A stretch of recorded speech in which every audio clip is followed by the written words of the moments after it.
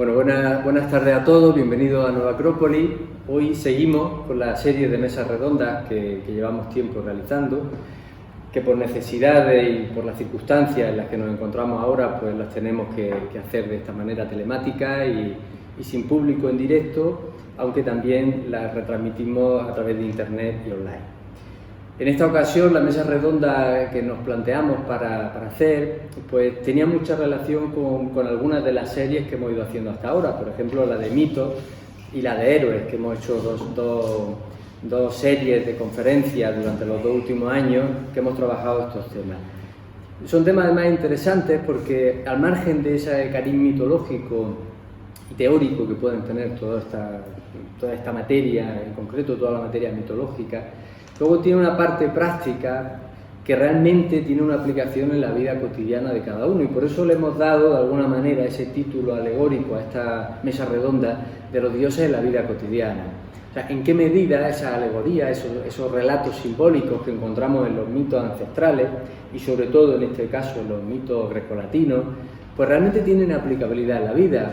Muchas veces nos acercamos al estudio de estos mitos desde la parte teórica y ya de por sí suelen ser interesantes porque nos plantean todo un universo onírico en muchos casos, de imágenes que de alguna manera también nos evocan lugares mágicos y misteriosos. Pero realmente cuando uno se acerca a este mundo no sabe muy bien cómo luego puede llevarlo a su día a día, a lo cotidiano precisamente, ¿no? Y realmente si el estudio de estos mitos pues tiene un sentido práctico, lo cual nosotros defendemos, y de alguna manera creo que con esta mesa redonda, dentro de los límites de tiempo que tenemos, porque siempre estamos un poco acotados por el tiempo y por el espacio, pues vamos a intentar demostrar cómo efectivamente, a través de unos pequeños ejemplos de estas divinidades, pues se pueden hacer. Hemos también utilizado, como podéis ver en el título, divinidades que de alguna forma se complementan. O sea, cada uno de nosotros va a hablar de un juego, de un par de divinidades que son complementarias. Son en apariencia opuestas, pero curiosamente de esa oposición surge una armonía que precisamente es lo que hace que sean complementarias.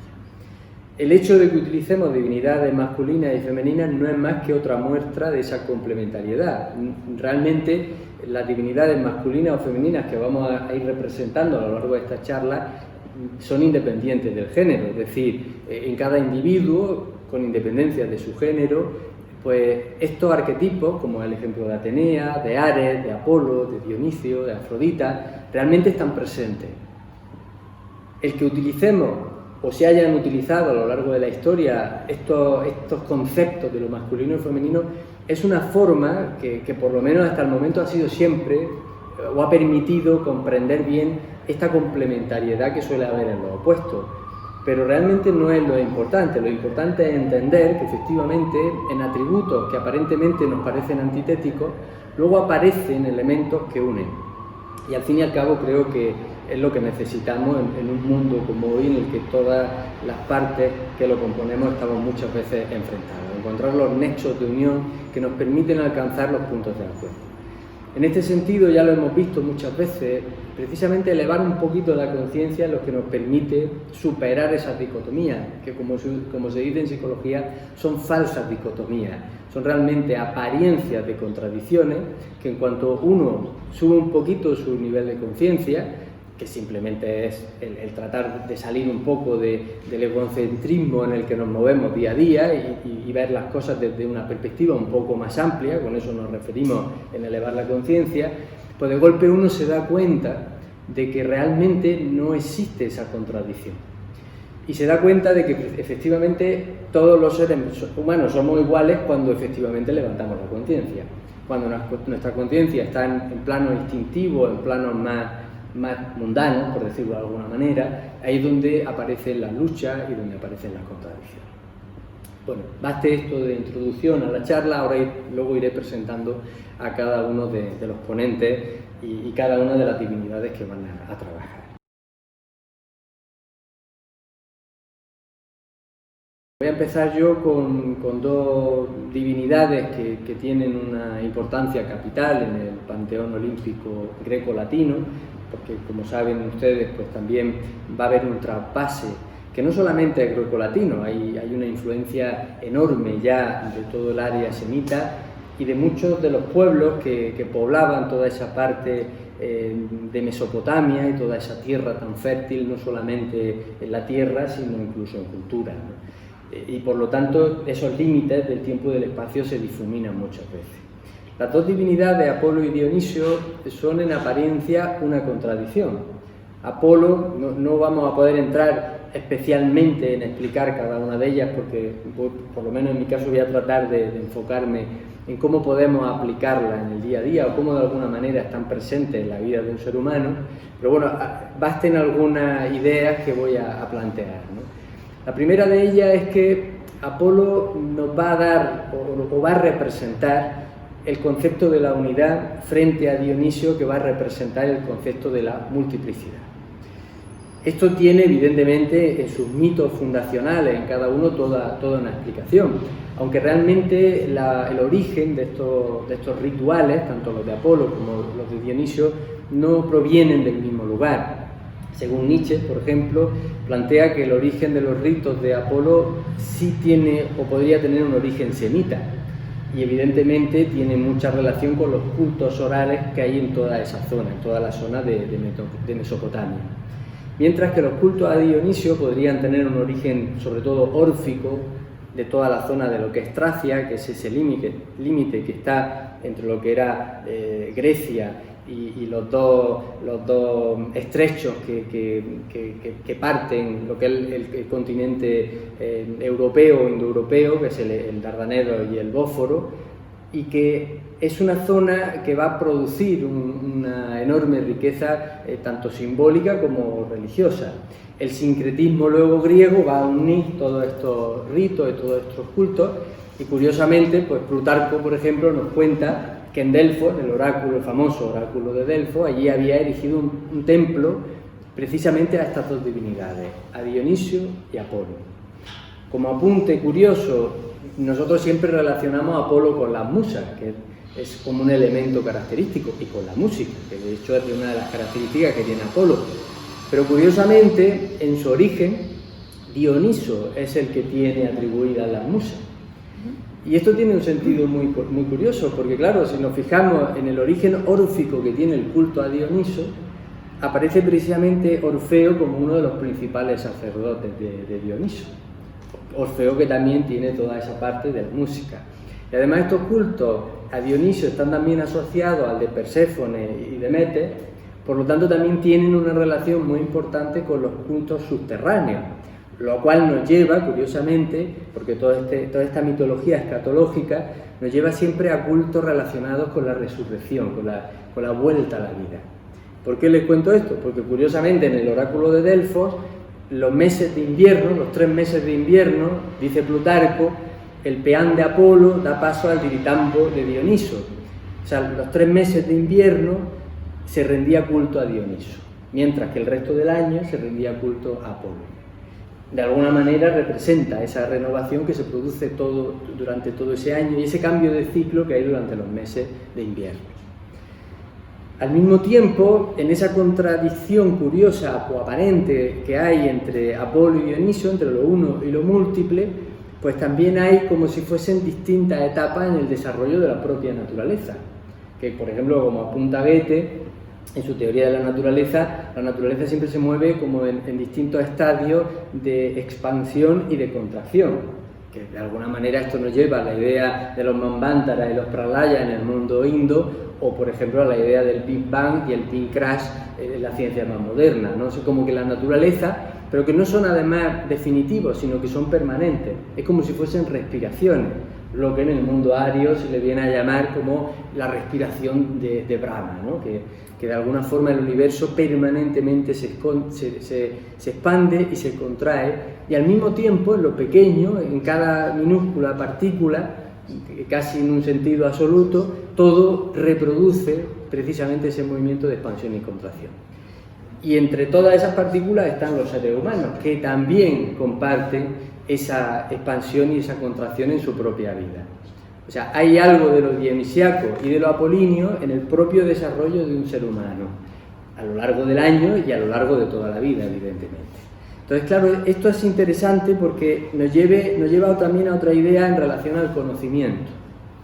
Tanto Apolo como Dioniso, que al fin y al cabo la vida de un ser humano está en relación a ese encuentro del sentido de la vida, de la propia vida y de alguna manera autérrima del sentido de todo esto, ¿no?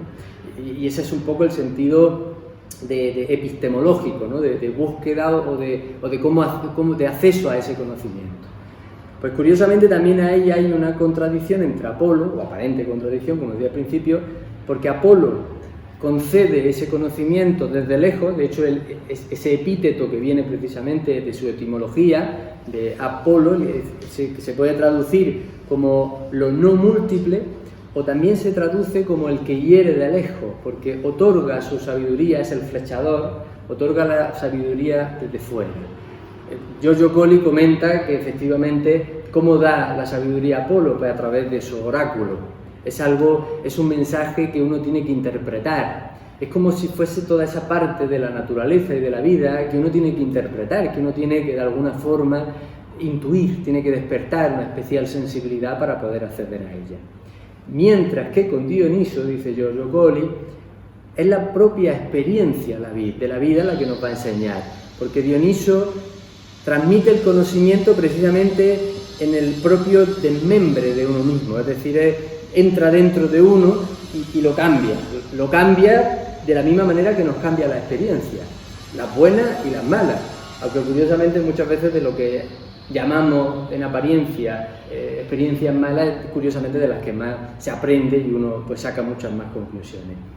Entonces, claro, esto es muy interesante porque realmente en el desarrollo de un ser humano podemos encontrar que siempre están presentes estas dos formas, estas dos vías de acceso al conocimiento y al mismo tiempo estas dos formas de percepción de lo uno y lo múltiple, porque al fin y al cabo un ser humano es algo que es una unidad, que es lo que identificamos como Isma o como Paco o como yo, pero al mismo tiempo somos una multiplicidad, porque en ese concepto del yo convive lo que hacemos, lo que sentimos, lo que pensamos, y al mismo tiempo convive lo que hacíamos, pensábamos y sentíamos ayer y lo que haremos, lo que sentiremos y lo que pensaremos mañana. Es decir, convive una multiplicidad de estados tanto en el tiempo como en el espacio. Entonces, claro, esa doble faz que tiene tanto Apolo y Dionisio, en el fondo, si uno la percibe, la puede ver al mismo tiempo. Y entonces en un ser humano, si de alguna forma su foco de la conciencia lo saca hacia afuera y se contempla desde fuera, va a poder ver ese sentido de unidad de sí mismo y al mismo tiempo va a poder percibir cómo dentro de uno operan distintas fuerzas, distintas potencias que a veces entran en contradicción. La tendencia hacia Apolo sería un poco ese sentido hacia lo apolíneo. Es cuando evidentemente estamos en esas divisiones, en esas luchas internas y vamos buscando la unidad, porque en esa unidad está nuestra propia identidad. Pero curiosamente no termina la cosa ahí, porque cuando hemos encontrado ese sentido de unidad, de nuevo tenemos que volver a lo múltiple, de nuevo aparece Dioniso y de nuevo aparecen nuevas luchas y nuevas contradicciones en nosotros que nos llevan a tener que volver a retomar ese proceso. Esta es una idea que yo recogía en mi tesis, que es algo parecido a lo que es hacer un cubo de Rubik, en el cual cuando uno consigue de golpe hacer una cara y uno piensa ya he terminado, le quedan todas las demás, para poder continuar de nuevo tiene que volver a lo dionisíaco, tiene que volver a deconstruir lo que ya había construido para poder seguir construyendo, ¿no? Y entonces el estatismo es precisamente el gran enemigo de todo este proceso. Y el estatismo sería o quedarnos en lo dionisiaco y nos quedamos en esa especie de locura en la que no hay un foco de conciencia claro, o quedarnos en el apolíneo, que sería algo artificial, porque sería quedarnos en una especie de fingida unidad que tampoco es tal, porque enseguida, en el cambio del tiempo, nuestra posición también va cambiando y cambian nuestras circunstancias. Y como decía el fundador de esta escuela, en un mundo que está siempre avanzando, el que no se mueve, el que no avanza, retrocede, ¿no? Y por lo tanto tampoco cabe ese estatismo y quedarse tampoco en lo apolíneo. He cogido algunas ideas aquí que me parecían interesantes de lo que plantea Nietzsche en relación a lo que sería el hombre y la mujer dionisiaca, porque Nietzsche lo que plantea es esa necesaria deconstrucción. Él hablaba, o de alguna manera planteaba, cómo había una tendencia a lo apolíneo desde ese mundo grecolatino, pero se había olvidado esa otra cara de la moneda, y entonces era necesario recuperar esa parte. Sería algo, como podríamos llamar, una especie de sana locura. También Edgar Morin plantea la idea de que al Homo sapiens hay que buscarle la otra cara de la moneda, que es el Homo demes. O Jung, por ejemplo, nos va a hablar de esto cuando nos dice que el concepto del yo es el centro de nuestra conciencia, de lo que somos conscientes de nosotros. Pero plantea la necesidad de ampliar ese foco de esa conciencia para incluir también toda la parte de la que no somos conscientes. Y entonces desarrolla un nuevo término que es el concepto del sí mismo, y que ya no es un foco tan concreto, ya no es una conciencia tan específica de yo soy de una determinada manera, yo hago esto, sino que hay algo de soltar las riendas con respecto a uno mismo y a la vida para permitir precisamente ese movimiento. Porque un exceso de lo apolíneo también con respecto a nuestra vida lo que hace es que estemos tensos tratando de mantener las cosas fijas para que no se muevan, ¿no? Entonces precisamente lo que plantea Nietzsche es el concepto del amor fati y de la aceptación del destino, el aceptar ese movimiento también en nosotros. Y habla de un sentido de la fuerza que no es esa fuerza rígida que precisamente caracterizaría ese sentido apolíneo, sino que es una fuerza que deviene precisamente de la aceptación del vértigo de la vida, de aceptar que la vida es algo inconmensurable, que no vamos a poder entenderlo por mucho que queramos, que hay que vivirla, que la vida se vive y que no se puede vivir haciéndola permanentemente, sino que hay que dejar que fluya. Entonces es un sentido del valor y de la fuerza muy distinto al que de alguna manera se plantea. Y bueno, por terminar en mi parte, y así además le doy el paso a Isma, es muy interesante que en el concepto de lo dionisiaco aparece el concepto del amor, y del amor a la belleza. Fijaros que es interesante porque ahora va a hablar Isma de ello. Precisamente Platón en el banquete nos plantea a través de Diótima, esta sacerdotisa que le cuenta a Platón cómo el ser humano va encontrando lo uno, Apolo, a través de lo múltiple. Es decir, encuentra el sentido de la belleza una a través de la belleza múltiple, de la belleza de muchos cuerpos hasta llegar al concepto de la belleza en sí. Y precisamente Filón de Alejandría nos cuenta cómo había un grupo que eran los terapeutas que planteaban que cuando uno tenía esa vivencia dionisiaca de la vida, de golpe era arrebatado por una especie de amor celestial. O sea, lo que se despertaba al soltar la rienda de la vida es un sentido del amor. Y precisamente para amar hay que soltar las riendas, porque si no uno no puede amar. Si uno quiere que la otra persona sea como le gustaría que fuese, ahí se ha acabado todo sentido del amor, ¿no? Y además, en todo amor, algo cae, algo se hiere, ¿no? Y siempre hay alguna herida que se produce. Y precisamente es esa aceptación, que para algunos sería una locura, el aceptar, el decir, bueno, no te importa sufrir por vivir, porque dice Nietzsche, se paga caro vivir, pues se paga con la vida, ¿no? O sea, realmente hay que mancharse las manos, hay que ensuciarse para poder vivir, ¿no? Y precisamente eso despertaría ese amor. Es un amor a la vida, por eso hablaba del concepto del amor fati, que es interesante. Y precisamente eso nos va a llevar poco a poco a algo sin lo cual es imposible soltar las riendas.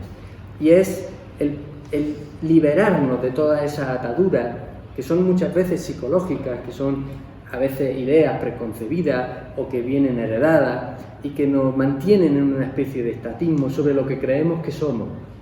Y en cuanto uno se enamora, en cuanto uno ama, su conciencia consigue salir de sí, empieza a ponerse en el lugar del otro, hay un salir de sí, hay algo de locura también en ese amar, y precisamente eso es lo que nos va a permitir poco a poco ir soltando esas riendas de la vida. Y en fin, con esto creo que te doy ahí buen paso, porque ahora Isma nos va a hablar de otra dualidad, de Afrodita Atenea, otra dualidad aparente pero que no lo está.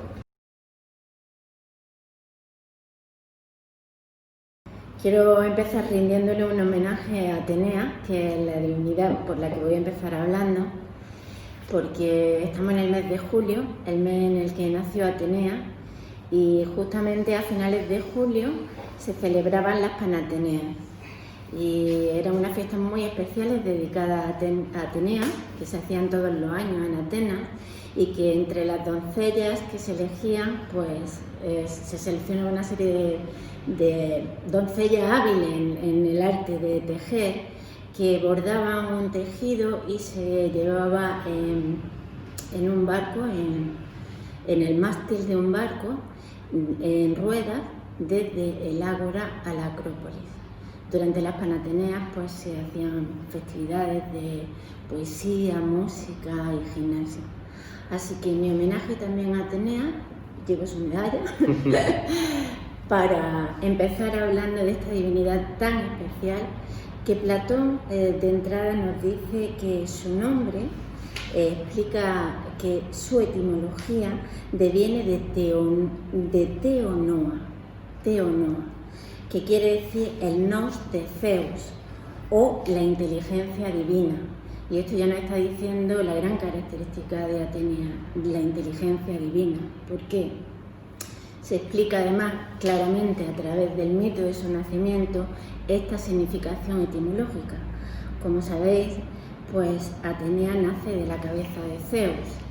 Entre los muchos amores que tenía Zeus se encontraba Metis. Y digamos, como habían vaticinado Urano y Gea que Metis tendría un hijo que lo destronaría, él decidió comerse a Metis. Bueno, esto suena así un poco muy extraño, ¿no? Se come a Metis, asimila pensar que Metis es la prudencia. Entonces Zeus asimila la prudencia y resulta que con el tiempo empieza a sentir un dolor de cabeza tremendo y todos los dioses están ahí buscando el remedio para Zeus y no lo encuentran. Finalmente ya no aguanta más el dolor y pide a Hephaestos, que nos va a hablar después Paco, que con su hacha le dé un golpe en la cabeza y sale Atenea perfectamente armada, con casco y con lanza. Pero fijaros qué curioso, porque lo primero que hace Atenea es entregarle a su padre su armas, o sea, a la justicia. Se pone al servicio de Zeus, entrega su arma y dice que ojalá no tenga que utilizarlas nunca. O sea que la imagen que tenemos de esa Atenea guerrera no es una guerrera violenta, es una guerrera de las causas justas. Y me recuerda esto mucho cuando Plotino habla precisamente como el uno bien engendra la inteligencia como un halo de luz, el halo de luz que sale del propio sol. Y la inteligencia lo primero que hace es volverse hacia lo uno. Y bajo su propio prisma ya no ve la unidad tal cual es, sino desde su subjetividad ve todas las formas y genera la creación.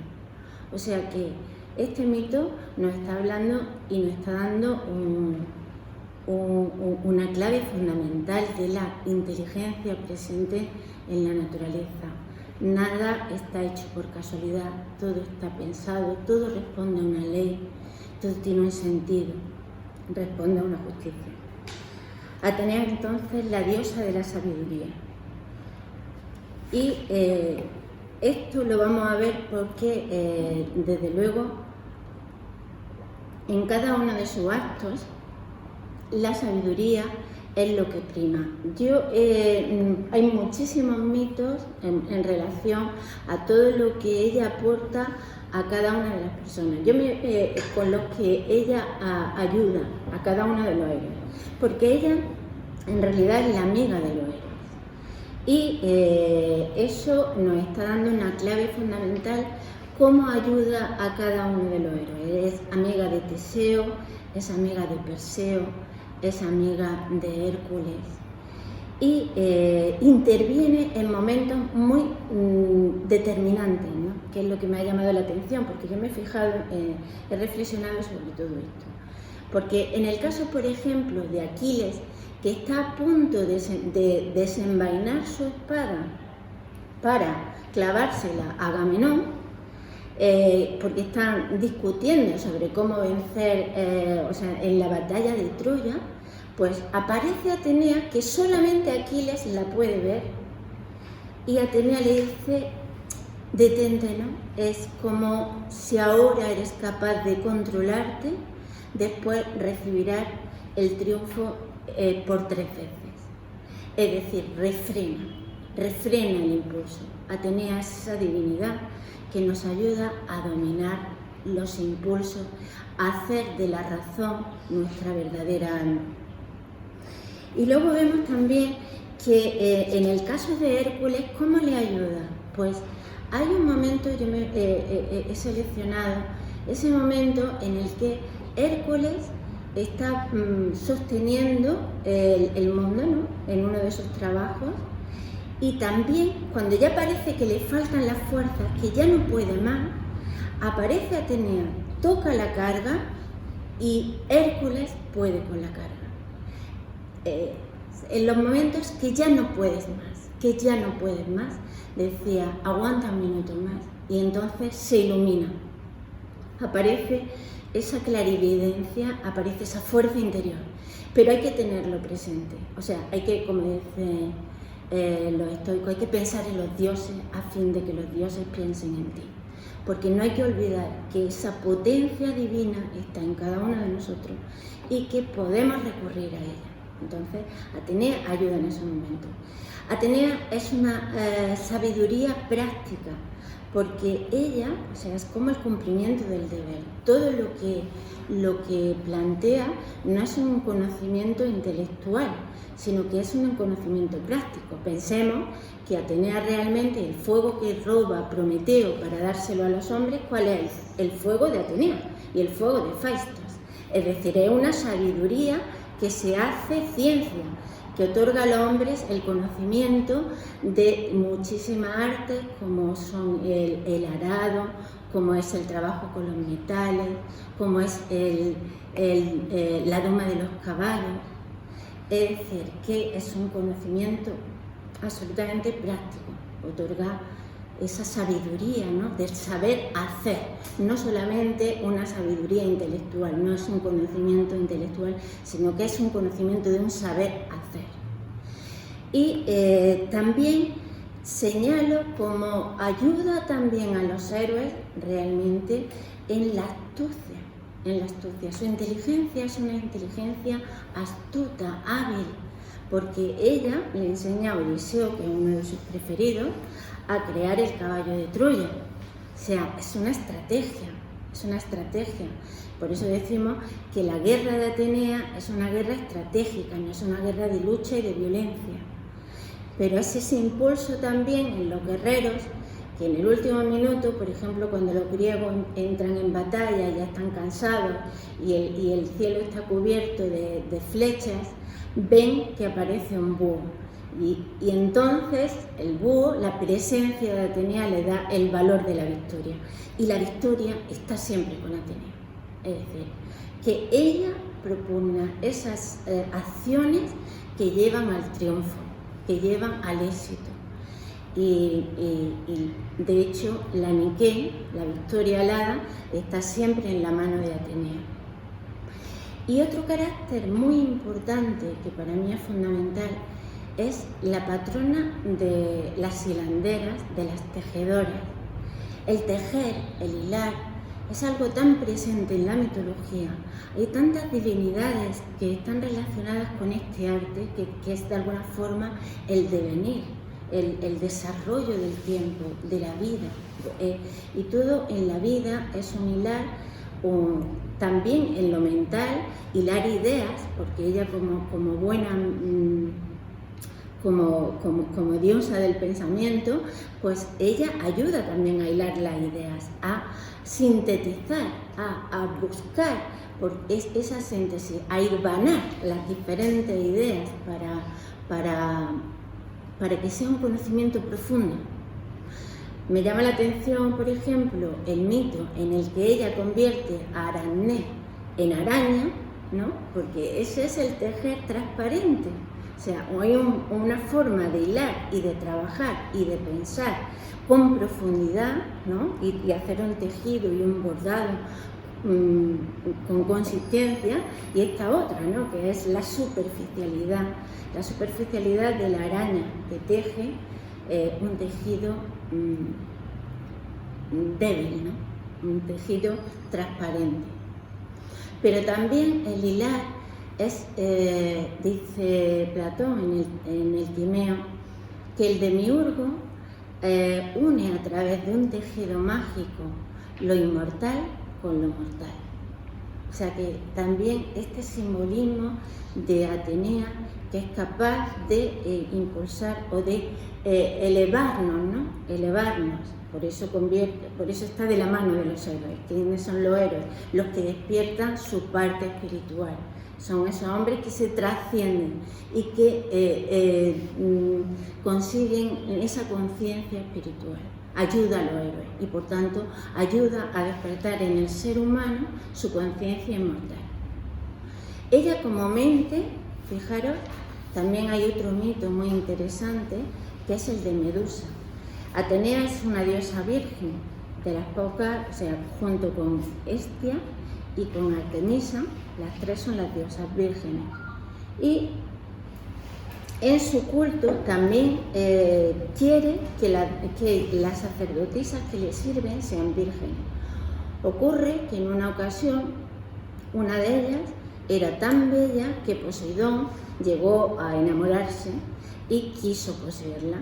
Entonces Atenea se enfadó tanto que la convirtió en un ser horrible. Un ser horrible que tenía la cabeza llena de serpientes desordenadas y que con su mirada petrificaba a los seres humanos. Era realmente un monstruo y se llamaba Medusa. Este símbolo es muy interesante porque si pensamos en toda la tradición que nos habla del ser humano, la pureza sería esa, o sea, Atenea representaría esa mente pura, ese no superior en el ser humano, desprendido de materia. Mientras que Medusa va a representar esa mente que se vuelve hacia lo material, esa mente desordenada, porque su cabeza llena de serpientes desordenadas, ¿no? Que están ahí moviéndose. ¿Qué es lo que hace Perseo? Mata a la Medusa, ¿no? Descuartiza la cabeza de Medusa. De alguna forma, esta Medusa va a ser esa contraparte de esa mente material, incapaz de, porque la mente a la que nos inspira Atenea es una mente que es un discernimiento, que es como lo que dirían los orientales, ¿no? Esa capacidad de ver, de diferenciar, de distinguir, esa inteligencia superior que nos permite discernir. Y el ave Kalahansa, ¿qué hacía? Discernir. Era con tanta precisión que podía diferenciar el agua de la leche cuando estaban juntas. O sea, ella representa ese discernimiento, esa capacidad superior. Cortar la cabeza de la Medusa no es acabar con nuestra mente racional, no es acabar con nuestra mente del día a día en el ser humano, es simplemente superarla, es darnos cuenta que hay una mente superior, que es esa mente que representa a Atenea, que es esa claridad de ideas. Y su lanza, que nos ayuda a ir en profundidad, ¿no? O sea, también es el símbolo de la voluntad clara, de la dirección clara. Bueno, podríamos seguir hablando de Atenea, la verdad. Tengo muchísimos mitos que habría, pero quiero dedicarle una parte también a Afrodita, porque creo que las dos son complementarias. Y para mí Afrodita quiero de alguna manera reivindicar la imagen de Afrodita, porque siempre no hemos tenido muy claro lo que es el amor y lo hemos dejado relegado a aspectos muy superficiales del amor, muy de aquí abajo, muy de lo material. Pero si pensamos, por ejemplo, ya solamente en el nacimiento de Afrodita, en el mito que nos narra, cuenta este mito que Uranos, el cielo, no dejaba a Gea, esto está en muchísimas cosmogonías de distintas culturas, esto del cielo que no deja a la tierra que dé frutos, ¿no? O sea, Uranos tenía atrapada a Gea y no le permitía sacar a sus hijos. Entonces Gea trama con uno de sus hijos, con Cronos, le da una hoz para que corte los testículos de Uranos y de esta manera permita a la tierra germinar y tener sus hijos. Separa el cielo y la tierra. Y estos testículos caen al mar. Fijaros, un pedazo de cielo en el agua, en el mar. Qué cosa más bella, ¿no? O sea, ¿qué puede ser? Pues una belleza, pues la Afrodita, la belleza que es el cielo en la tierra, un trocito del cielo en la tierra. Afrodita nace de esa espuma del mar porque los testículos de Zeus durante un tiempo viajan en el mar. Cuando vemos en el famoso cuadro de Botticelli esa imagen tan bonita de Afrodita, que es mal llamada el nacimiento de Afrodita, porque en realidad no es el nacimiento de Afrodita, es cuando Afrodita llega a Chipre, porque en realidad esta diosa parece ser que es una diosa que tiene un origen oriental, que ya venía desde Babilonia, siendo Inanna, siendo Istar, siendo después Astarte y después, por supuesto, eminentemente griega como es Afrodita. Afrodita es el amor y es esa necesidad de volver a unirse, porque es ese espacio que ha quedado en medio del cielo y la tierra. Por tanto, ella vuelve a simbolizar la necesidad de unión, la necesidad de unidad, de volver a esa unidad perdida. Pero el amor, como no, está en medio, como dice Platón en el banquete, es un gran genio que está en medio del cielo y de la tierra y que pone en comunicación lo que está arriba con lo que está abajo, que nos inspira. Por eso el amor inspira las obras. El enamorado siempre está inspirado para la acción. Y el amor permite eso, permite esa comunicación, ¿no?, entre el cielo y la tierra. Pero además el amor es fecundo, el amor tiene una gran necesidad de fecundar, de crear. El amor nos vuelve creativos. Realmente el enamorado es creativo, tiene una capacidad de creación importante y nos vuelve heroicos, porque quien ama realmente es capaz de superar sus limitaciones por aquello que ama. Dice Platón que esa necesidad de fecundidad es también de alguna forma tan presente en la naturaleza que es un anhelo de inmortalidad y de eternidad, porque ¿cómo se perpetúa la especie? A través de la creación de un ser nuevo en lugar de otro. ¿Cómo se perpetúan las ideas? Pues a través del recuerdo, a través de hilar las diferentes ideas. O sea que en el fondo el amor busca la inmortalidad a través de esa permanente fecundidad que tiene el amor. El amor nos hace filósofos porque nos hace buscar el conocimiento, que es la forma más bella, como dice Platón. Puede haber algo más bello que el conocimiento. Pues el amor es esa capacidad de poder subir. Y como decía antes Juan Manuel, de subir en esa escalera desde la belleza de las formas físicas a la belleza de las formas morales, a la belleza de las leyes y finalmente a esa belleza única que es la belleza en sí y que está en contacto con la verdad. Así que el amor es una capacidad de ascenso grande, pero el amor no nos lleva a las cosas como el que desea captar algo, o sea, el que desea apoderarse de aquello que ama. Porque el amor es tan generoso que lo que hace es unir a través de su dación, como la fuente que emana agua y que pone en comunicación todo y que permite unir las cosas porque se entrega, porque se da de tal manera que une lo que hay arriba con lo que hay abajo. ¿Y por qué se complementan Atenea y Afrodita? Porque el amor busca la sabiduría, es decir, la filosofía. Y con esto, en esta escuela de filosofía,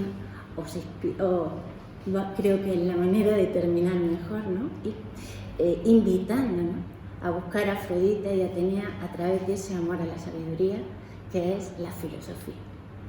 Y ahora es interesante porque no lo teníamos pensado así, pero el amor nos ha llevado a Atenea y Afrodita, y ahora precisamente dos de los grandes amores de Afrodita son los que nos trae Paco. Y viene ahora y nos va a hablar de Faisto y nos va a hablar de Ares.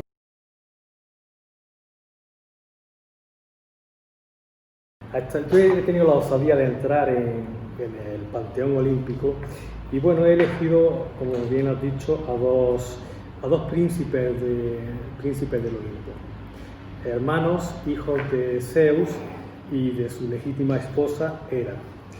En principio, Ares, dios de la guerra, y Hefesto, dios del fuego. En principio, como digo, pueden parecernos muy distintos, muy diferentes, incluso antagónicos, pero al final veremos que no son tanto, que los dos pretenden lo mismo, que es tirar al hombre, hacerle la vida más fácil o hacernos la vida más fácil, es sobre todo evitarnos dolor innecesario, ¿sí? Son, muy evocadores. Y en concreto, Ares, pues ¿quién mejor presentar a Ares que Homero? Y en dos pequeños fragmentos de sus himnos dice lo siguiente: divinidad inconstante, tú eres el más odioso de los olímpicos, sin cesar te complaces en las discordias, en los combates, en las disputas. Y por otro lado, en otro himno dice lo siguiente: poderosísimo Ares, carga de carros de guerra, dios del auro casco, del alma impetuosa, porta escudo, salvador de las ciudades, armado de bronce, de robusta mano, infatigable, fuerte por tu lanza, defensa del olímpico. Aquí nos encontramos con el primer problema, que bueno, ya veremos que no es tal, pero sí, la antigua Grecia decía de él, por un lado que era maligno, monstruoso, y por otro valeroso y benéfico. Pero en realidad luego veremos que era una misma cosa, no era ni una ni otra. En la mitología griega era conocido este dios olímpico por el dios de la guerra, como he dicho, personifica la valentía, personifica también la fuerza incansable, es protector del Olimpo, de los ejércitos, líder de los rebeldes y de los hombres justos. Y bueno, ayudante de los débiles. Aquí, como vemos, los dos aspectos pues se complementan y hacen que Ares también sea la manifestación de violencia y fuerza bruta. Eso lo caracteriza. Todo lo contrario, como hemos visto antes, a Atenea, a su hermana, que era la guerra inteligente y la sabiduría.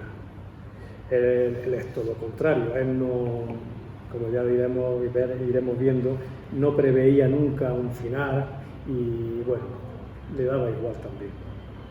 El culto a Ares es muy extenso y se sabe que se extendía desde la zona aria de Asia Central hasta Europa Occidental. Ares carecía de lugares de culto, y además existían muy pocos templos en su honor. Esto quizás se explica porque más que una figura divina, él era la guerra en sí. No tenía por qué representarse de ninguna manera. Él mismo era la guerra, era la batalla misma. Bueno, en Grecia el culto a Ares especialmente lo hacían los soldados que marchaban a la guerra, y fundamentalmente Esparta y Macedonia era donde más extendido era esta deidad y más evocado y más común. Bueno, se representa en un carruaje montado en un carruaje con 4 caballos inmortales con bridas de oro lanzando fuego. Entre los demás dioses, Ares era conocido por su armadura de bronce, su lanza, su escudo y su casco de cresta roja. Este es la misma estética que utilizaban luego los ejércitos de las polis griegas. Se dice que era valiente y cobarde a la vez. No siempre triunfaba en su batalla, incluso tiene derrotas frente a su hermana Atenea y en 2 ocasiones frente a Heracles. Se dejaba llevar por sus inclinaciones, luchaba en un bando o en otro. Sus poderes o su poder especial eran la fuerza física. De todas formas, no tenía que estar en un bando o en otro porque él no combatía en ese plano, él era la guerra en sí. Lo mismo le daba que ganara uno, que ganara otro o que perdiera. Eso era lo que él representaba, ¿no? Él representaba el hecho sí de la guerra, de la lucha. Básicamente Ares inspira, o por lo menos a mí me parece, al hombre un hombre joven de edad temprana, en la primera juventud, porque tiene las mismas características, ¿no? Él dice que dispensa coraje a la juventud, además de ayudar a la humanidad, tenía un gran corazón, o tiene un gran corazón. Es un dios que encaja en el patrón arquetípico de vivir más con el cuerpo que con la mente. Sus emociones y su cuerpo funcionan al unísono.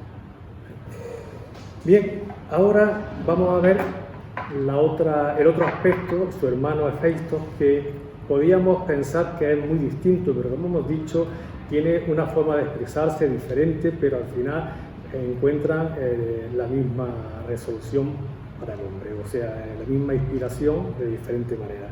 Hefeisto es otro príncipe del Olimpo, hermano de Ares, como he dicho. Es una deidad que los investigadores modernos pues lo tienen tachado, lo califican de segunda importancia, pero se ve que estudios posteriores pues demuestran lo contrario, o por lo menos demuestran su gran antigüedad y su alto relieve, o sea, es una deidad olímpica en toda regla. En la mitología griega, Hefeisto es el dios del fuego y de la forja, así como de los herreros, artesanos, de los escultores y metales. Bueno, a mí lo que más me gusta de Hefeisto es que dice, o lo tendrían calificado en Grecia como obrero, artista y otra mago. Me parece muy interesante lo de mago. Era adorado en todos los centros industriales y manufactureros de la antigua Grecia, sobre todo en Atenas. Él ofreció a los hombres el primer fuego, pero fue el fuego inconsciente, el fuego físico, que es distinto al que nos proporciona Prometeo, que es el fuego mental, aquel que proporciona al hombre pues la conciencia y la civilización. Los dos fuegos necesarios, importantes. Hefeisto era bastante feo, por lo menos estaba lisiado y cojo y bueno, era considerado como un dios deforme dentro del Olimpo. El mito dice que al nacer su madre lo repudió, lo rechazó y lo tiró fuera del Olimpo. Esto fue lo que le provocó esa cojera que llevará para la eternidad y que siempre que se representa pues se ve con un bastón y bueno, es su signo. Pero bueno, afortunadamente es recogido en esa caída por la Nereida Tetis, madre de Heracles, y Eurínime, hija de Océano. Ellas lo trasladan a la isla de Lemos, donde está su hogar. Allí, bueno, en el centro de la tierra, donde habita el fuego, justo debajo de un volcán. Allí es donde lo convierten en un maestro artesano, estas dos personas que también, bueno, dice que también vive, que esto es lo que más me ha gustado, vive en las entrañas de todas las cosas. Eres la fuerza ancestral que empuja y crea constantemente. Importante este dato. En el panteón olímpico, Hefesto estaba formalmente casado con Afrodita, efectivamente, y bueno, estaba súper contento de estar junto a la diosa del amor, a la diosa de la belleza y tal. No tuvo descendencia alguna. Lo que sí ocurre es que ella le fue infiel en numerosas ocasiones, bastante, y entre ellos uno de sus amantes fue su propio el hermano de Hefesto, Ares, ¿no?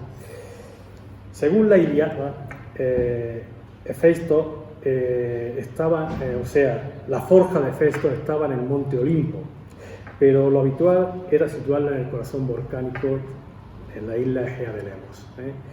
Así los volcanes eran sus talleres y estaba ayudado por los cíclopes.